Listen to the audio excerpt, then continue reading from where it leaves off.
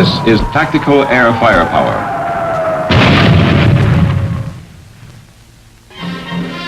It was born in World War I. It was immediately effective.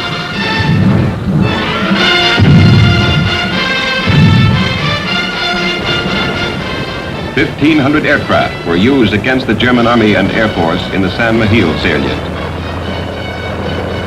This unique use of tactical air firepower was devastating. 16,000 Germans surrendered, and the salient was destroyed as an enemy strong point.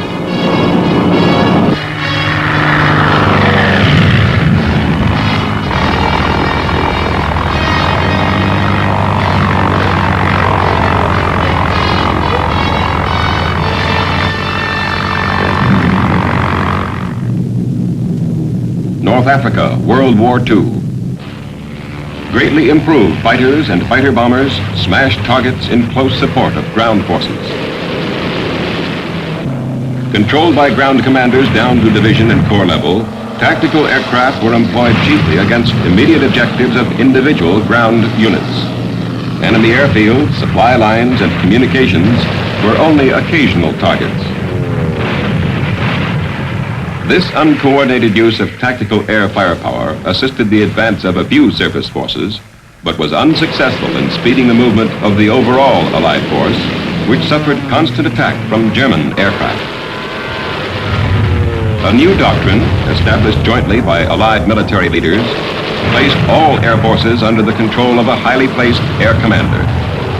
This enabled massing tactical air firepower for use where and when it was most needed.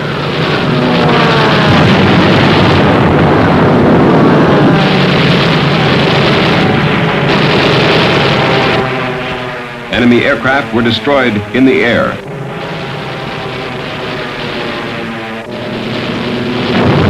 On the ground, far behind the lines. Hostile troop concentrations, transport, supply lines, communications, ammunition dumps, all were pulverized. This firepower helped pave the way for the advance of the overall Allied ground forces. 3 months after the new doctrine was implemented, all Axis elements in North Africa had surrendered.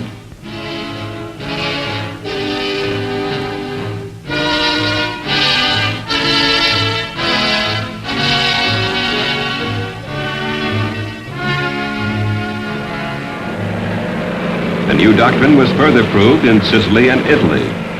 Pre-invasion bombing and strafing destroyed or drove out 50% of Axis aircraft, providing air superiority before the invasion by ground forces. Tactical air firepower was further used to isolate the battlefield and in close air support of ground operations.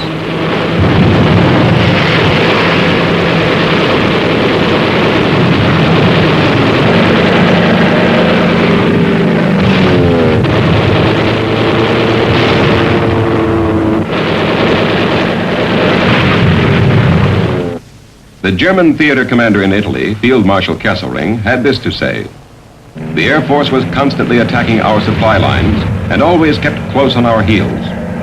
If the Anglo-American air forces had not been in Tunisia, Sicily, and Italy, the German forces would never have retreated there."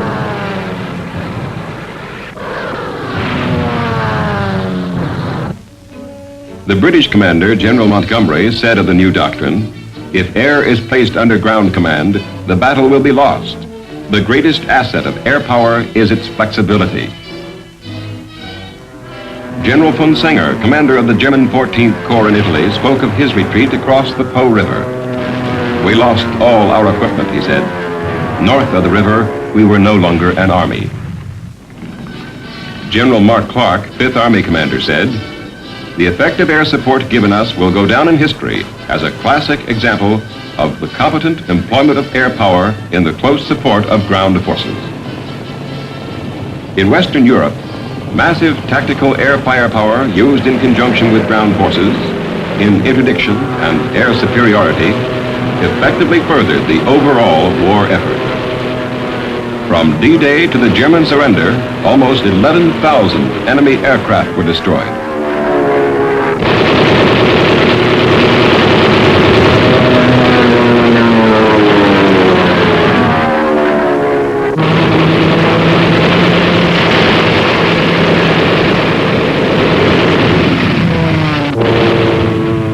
over 60,000 vehicles smashed, 4,500 tanks and armored vehicles, 43,000 railroad cars, bridges, 360 of them, gun emplacements, 11,000 buildings flattened. From 1943 on, the greatest single cause of enemy armed forces casualties was air firepower. Leading the list of air-inflicted casualties, strafing, not bombing. An outstanding example of command and control of tactical air firepower was the covering of General Patton's Third Army right flank. So effective was the devastating firepower of the 19th Tactical Air Command that 19,000 Germans surrendered without opposing Patton's ground forces.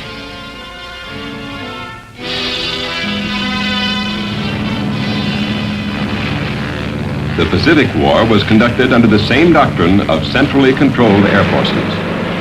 Attacks on Japanese airfields in New Guinea,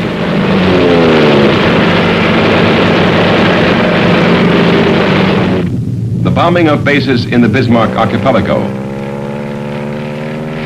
and the attack upon shipping in the Bismarck Sea and surrounding waters were instrumental in the final victory.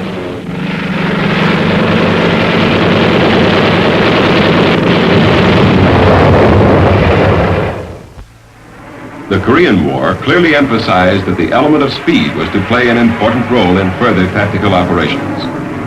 Speed became necessary to survive not only enemy air fighters, but enemy ground defenses as well. Conventional fighters like the P-51 suffered higher losses because of enemy ground fire while performing the close support mission than jet aircraft with their greater speed, range, and payload.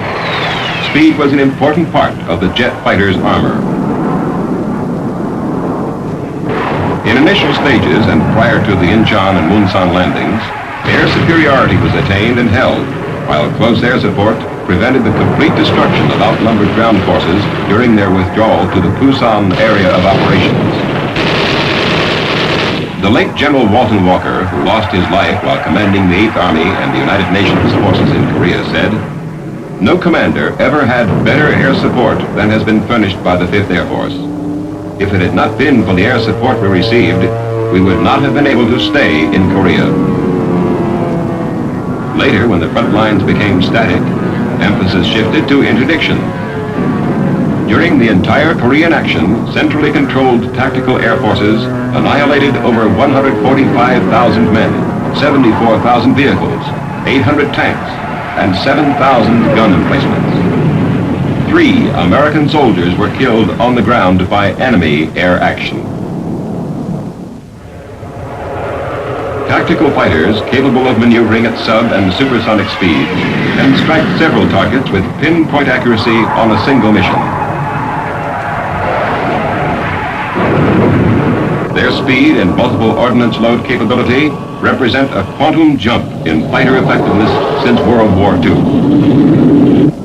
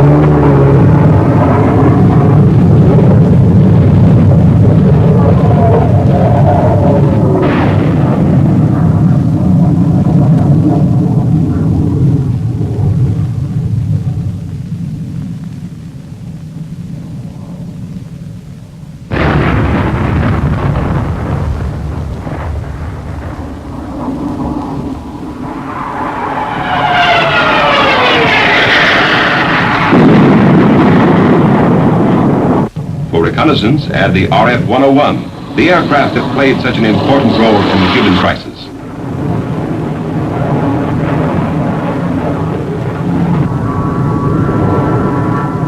Speed will continue to be of the utmost importance in tactical fighter operations. High speed and effective tactics still provide the best means for a fighter aircraft to defend against air and ground defenses. one of the most difficult problems to encounter is air defense weapons, which are completely mobile and difficult to target. Future developments will make the relation of speed to survivability even more important. Air Force aircraft must deliver the greatest possible firepower in the shortest possible time.